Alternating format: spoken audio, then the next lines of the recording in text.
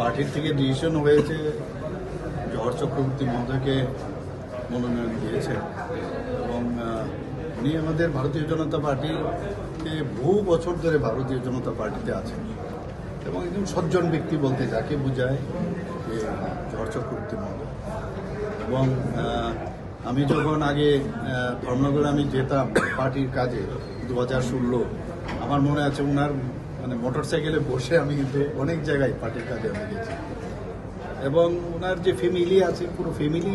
ভারতীয় জনতা পার্টির সাথে যুক্ত এবং আমার মনে হয় যে যেহেতু পার্টি এরকম একজন সজ্জন ব্যক্তিকে ডিসিশন নিয়েছেন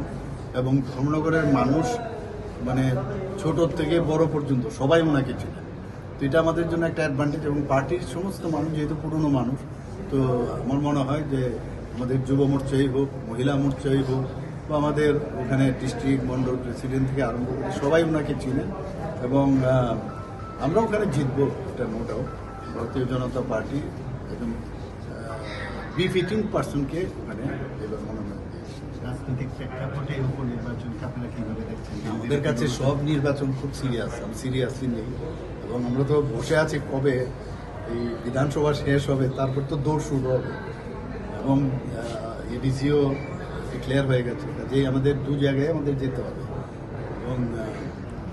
এটা তো ক্লিয়ার কাট যে আমরা এখানে তো আর আমাদের অন্য কোনো বিষয় নয়। ধর্মনগর কেন্দ্রে তো আমাদের বাই এনি মিনস মানে আমরা যেভাবে যে এত কাজ করেছি মাননীয় প্রধানমন্ত্রীজির নেতৃত্বে সরকারের সেন্ট্রাল গভর্নমেন্ট এবং স্টেট গভর্নমেন্ট, তো এই যে উন্নয়নের কাজগুলো আমরা করেছি সেগুলো নিয়েই মানুষের কাছে আমরা যাব। ভিলেজ কমিটির নির্বাচন যেটা হয়েছে আমরা যেটা চেয়েছিলাম এবং আমরা কিন্তু নৈতিক ভাবে কিন্তু আমাদের জয় হয়েছে, কারণ ভিসিটা আগে করার কথা ছিল কিন্তু আমরা ভিসি ইলেকশন আমরা যেটা সুপ্রিম কোর্টকে বলেছি যে একসাথে করার জন্য এই ডিফিকাল্টিজ হবে এবং সেটা মানেননি। পরবর্তী সময় আমরা সেপ্টেম্বর বলেছিলাম এই কারণ আমাদের এখানে যে মনসুন সিজন সেটা কিন্তু অগাস্ট অবধি থাকে এবং আমাদের এখানে শুরু হয় মানে জুন জুলাই অগাস্ট, কাজেই আমরা এর জন্য সেপ্টেম্বর রেখেছিলাম। তখন সুপ্রিম কোর্ট থেকে বললো যে আপনারা এফিডেভিট দিন, why not it is before June, কিন্তু মানে সবাই আমাদের এখানে তো মনসুন শুরু হয়েছে এপ্রিল মাস থেকে, অলরেডি এখানে শুরু হয়ে গেছে বলা যায়, তো এই ধারণাটা নাই। তারপর যেহেতু বলেছে যে জুন জুলাই মাসে যেটা করা যায়, কিন্তু এটা যদি ওই সময়ে যদি দেখা যায় যে বৃষ্টিপাত শুরু হয়ে গেছে তাহলে সুপ্রিম কোর্টে তার জন্য রিভিউ করবে এবং সেই রিভিউর মাধ্যমে হয়তো এটা পিছুতেও পারে। যে নৈতিকতার দিক দিয়ে আমরা কিন্তু সুপ্রিম কোর্টে আমরা জিত পেয়েছি। একটা বিষয় হচ্ছে ডিসি নির্বাচন, ধর্মনগর উপনির্বাচন গুরুত্বপূর্ণ প্রেক্ষাপটে বিরোধী শিবিরকে আপনারা কিভাবে মূল্যায়ন করেন? আমরা কাউকেই বলছি না যে ওনারা ওনাদের কাজ করবেন এবং বিরোধী মানে কি, ওখানে তো সিপিএম এর আমাদের কাছে যেহেতু সিপিএম প্রার্থী ঘোষণা করেছেন, কিন্তু গত বছর যেটা আমার জানা সেখানে কংগ্রেসের খুব সম্ভব পার্টি ছিল,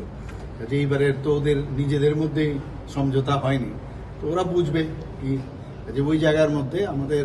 ভারতীয় জনতা পার্টি আমরা আমাদের বিষয় নিয়ে আমরা রাখবো। এখানে কমিউনিস্ট পার্টির থেকে দিয়েছে, যাকে দিয়েছেন সে আগেও ছিলেন, আমার মনে হয় না সেখানে আমাদের জন্য কোনো অসুবিধা হবে না, কারণ আমরা গুড একটা প্রার্থী আমরা কেন্দ্রীয় নেতৃত্ব ডিসিশন নিয়েছে এবং ওনাকে সামনে রেখে আমরা সামনের দিকে এই ধর্মনগর কেন্দ্রকে আমরা জয়যুক্ত। আজকে আসামে ক্যান্ডিডেট লিস্ট ঘোষণা করা হয়েছে বিজেপির পক্ষ থেকে, কি বলবেন? না, সে আসামের কথা ত্রিপুরার মুখ্যমন্ত্রী হিসেবে না, আমি